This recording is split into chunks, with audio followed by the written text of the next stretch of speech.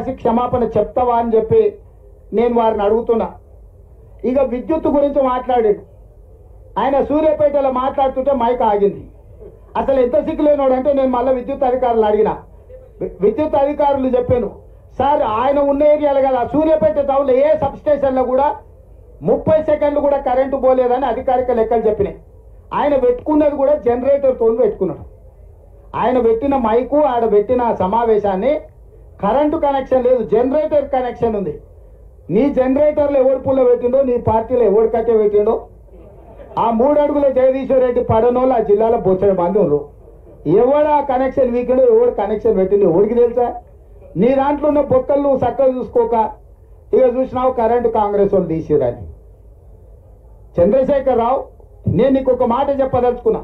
10 ఏళ్ళు మేము ప్రతిపక్షంలో ఉన్నాం. ఏ ఒక్క రోజైనా రైతుల విషయంలో కానీ, విద్యార్థుల విషయంలో కానీ, నిరుద్యోగుల విషయంలో కానీ మేము ఏదైనా కార్యాచరణ తీసుకుంటే మమ్మల్ని ఇళ్లలో నుంచి బయటకన్నా వెళ్ళనిచ్చినవా? పోలీసు నిర్బంధాల మధ్యలో, పహారాల మధ్యలో, లాఠీ చార్జీల మధ్యలో ప్రతిపక్షాల గొంతు నొక్కి ఇంట్లో నుంచి బయటకు వెళ్ళక ముందే మమ్మల్ని గొర్రెలు ఇసుకపోయినట్టు ఇసుకపోయి పోలీస్ స్టేషన్లో వేసినావు కదా, అప్పుడే మర్చిపోయినావా? మేము ప్రజాస్వామ్యాన్ని నమ్ముతాం, విశ్వసిస్తాం కాబట్టి నీ పర్యటనకు మొత్తానికి ప్రభుత్వమే ఏర్పాట్లు చేసింది. నీ పార్టీ కార్యకర్తలు ఎవరు ఏర్పాట్లు చేయలే.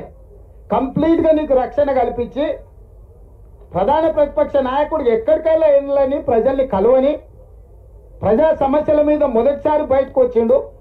కనీసం ఇట్లనే ఆయన పాపాలు అడుక్కుంటాడేమని చెప్పి అన్ని ఏర్పాట్లు మా మంత్రివర్గం ఏర్పాటు చేసింది. ప్రతి క్షణం నేను ఎక్కడ కూడా ప్రతిపక్ష నాయకుడికి ఇబ్బంది